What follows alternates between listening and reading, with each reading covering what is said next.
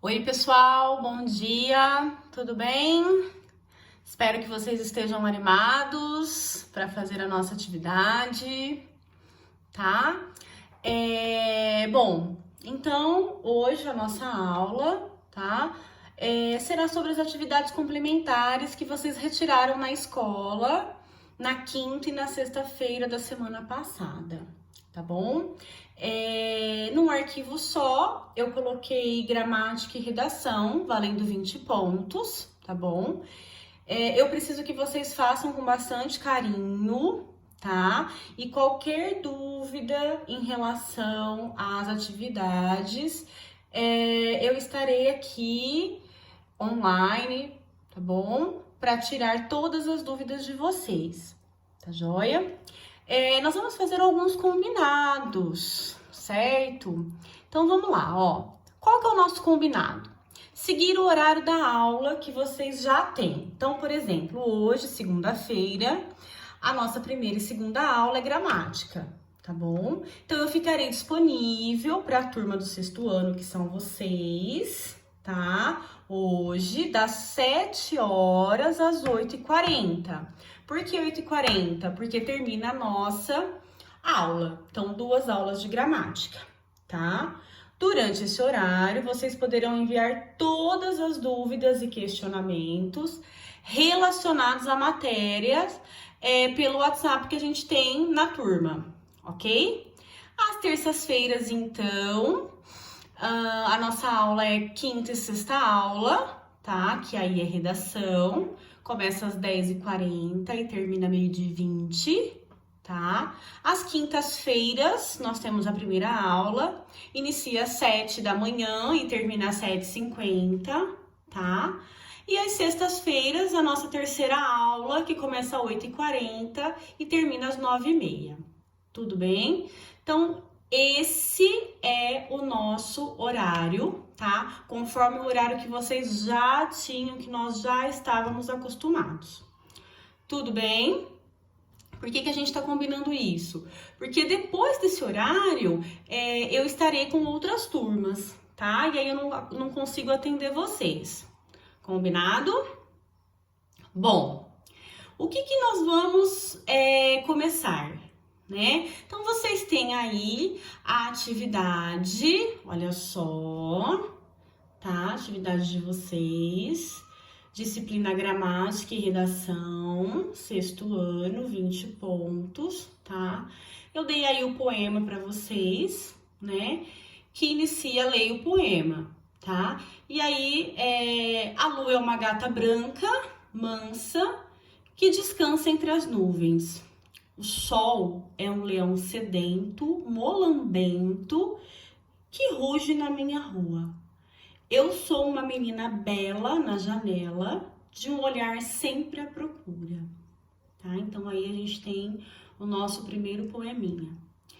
E aí, logo em seguida, eu disse o seguinte: que adjetivos o poeta usa para caracterizar a lua, o sol e a menina?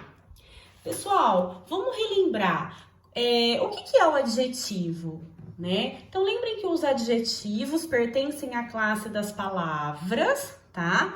Usadas para determinar os atributos ou as propriedades dos seres nomeados pelos substantivos, tá bom? E aí, por causa dessa função de especificar ou caracterizar o sentido de um substantivo, dizemos que os adjetivos são determinantes do substantivo, tá? O que são os atributos, né? Só pra gente relembrar um pouquinho aí. Então, os atributos são qualidades positivas ou negativas de alguém ou de algo. Então, por exemplo, moça estudiosa, suco delicioso, garoto mentiroso, ideia boa, tá bom? E o que são propriedades? Propriedades são as características próprias dos seres, tá? Que os diferenciam de outros. Então, por exemplo, inseto voador, corpo humano, tá joia? E aí também os adjetivos, eles podem ser qualificadores ou classificadores, tá? O que são qualificadores? Eles expressam sobre os substantivos ideias variáveis, tá bom? Então, por exemplo, carro confortável, comida salgada, moça atenciosa, tá joia? E também os adjetivos classificadores, ou seja, não atribuem qualidades aos substantivos, apenas classificam os seres a que se referem. Por exemplo, livro didático, livro infantil, energia solar, tá bom? Pessoal, para vocês responderem essa atividade aí, essa primeira atividade, se ficar mais fácil, vocês podem consultar, tá? A nossa apostila na página 76, tá joia? Do módulo 8, ok? Tudo bem? E aí, logo em seguida, na 2, cria uma frase com a palavra branca, configurada como substantivo masculino no plural, tá? Então, lembrando aí que o substantivo, tá, nomeia seres em geral e em particular, ok? Para vocês resolverem a atividade 2, tá?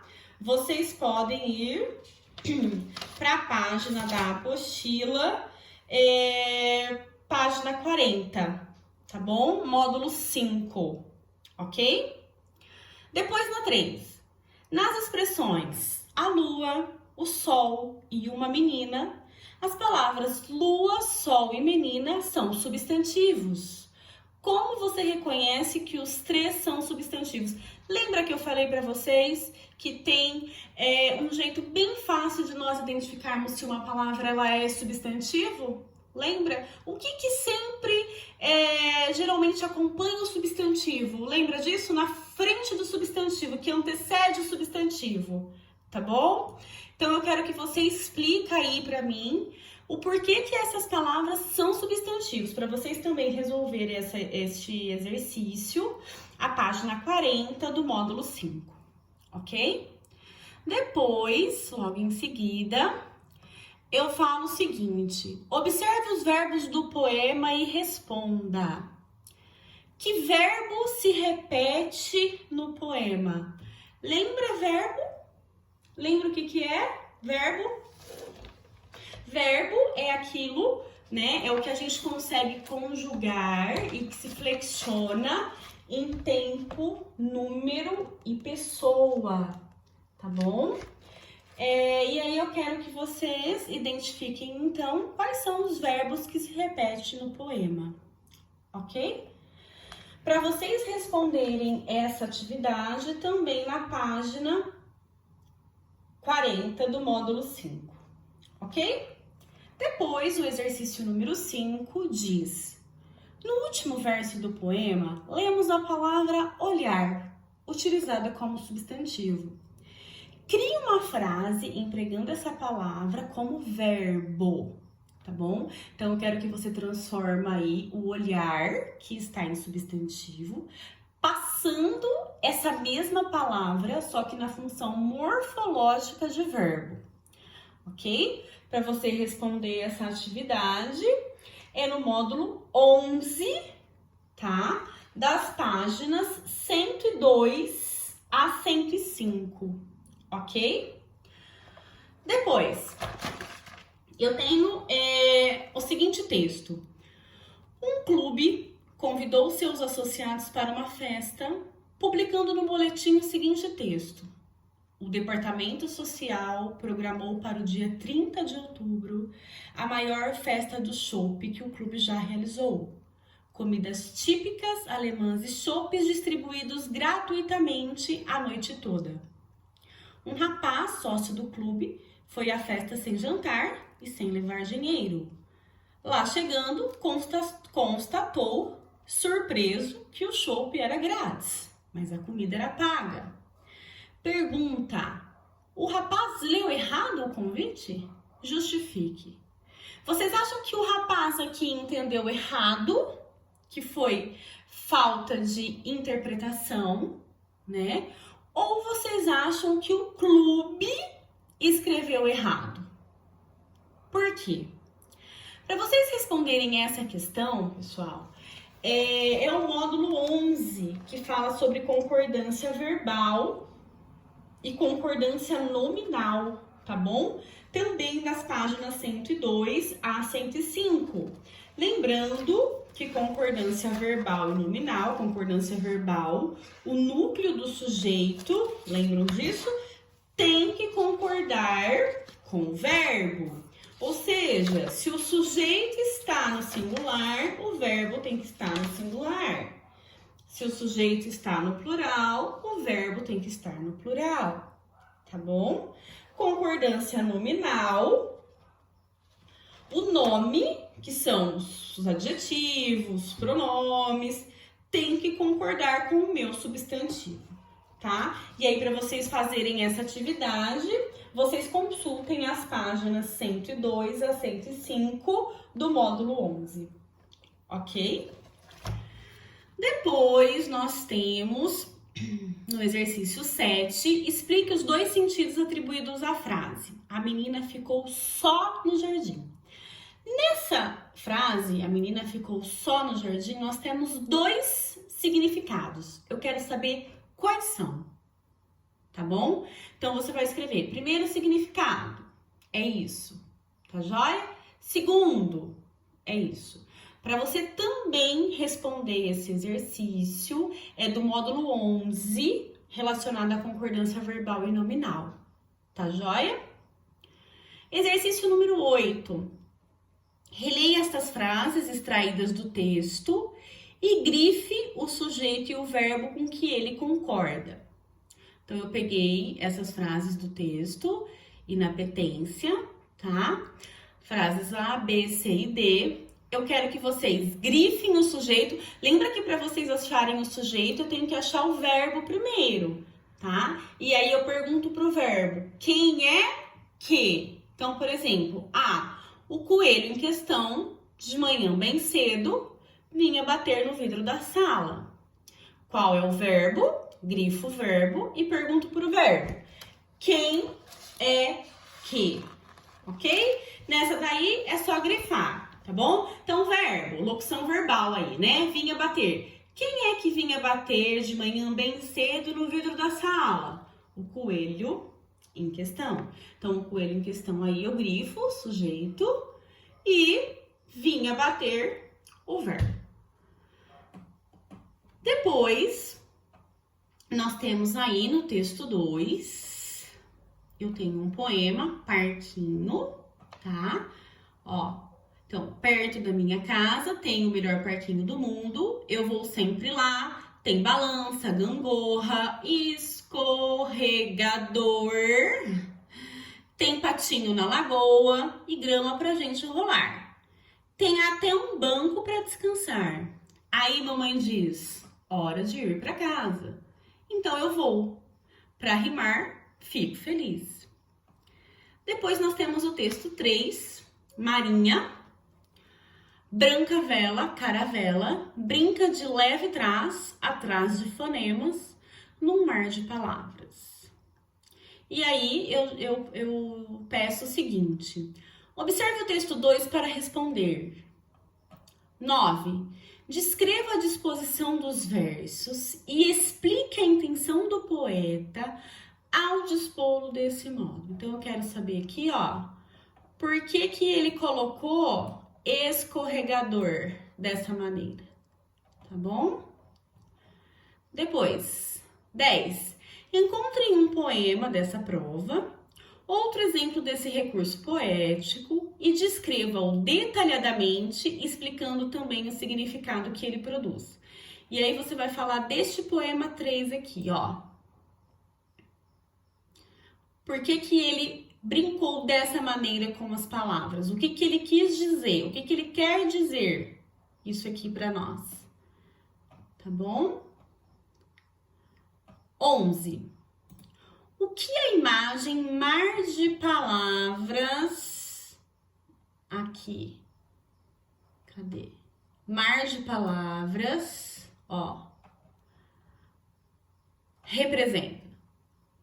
Tá bom? O que que é? O que que vocês acreditam que seja esse mar de palavras? Tá? Depois, 12. Identifique no texto 3 um exemplo do leve trás de fonemas. Pessoal, esse leve trás de fonemas que eu falo aqui, ó, que ele fala aqui, é sobre as rimas, tá? Então, eu quero que você identifique aqui pra mim quais são as rimas, tá bom? E aí, 13, encontre mais um exemplo de expressividade obtida pela exploração da sonoridade das palavras. Eu também quero que vocês identifiquem, pode ser também no poema, tanto no poema 3 como no poema 2, tá? Mais um parzinho aí de rimas, ok? Pessoal, essas atividades aqui, não sei se vocês perceberam, a partir da atividade, 9, é redação, tá bom? E aí, é o módulo 4, tá? A partir do exercício 9, eu quero que vocês consultem o módulo 4 das páginas 29 a 33, para vocês conseguirem resolver bonitinho, tá joia? E aí, em seguida, eu dei também uma proposta de redação, para não perder o costume, tá? Que diz o seguinte: um menino seguia por uma estrada quando viu, à beira do caminho, uma garrafa de formato estranho. Lembrou-se das histórias que ouvira sobre garrafas mágicas, com gênio dentro, que atendia a 3 pedidos de quem o libertasse. Imediatamente, o garoto começou a listar os seus desejos e necessidades, mesmo sem ter aberto a garrafa.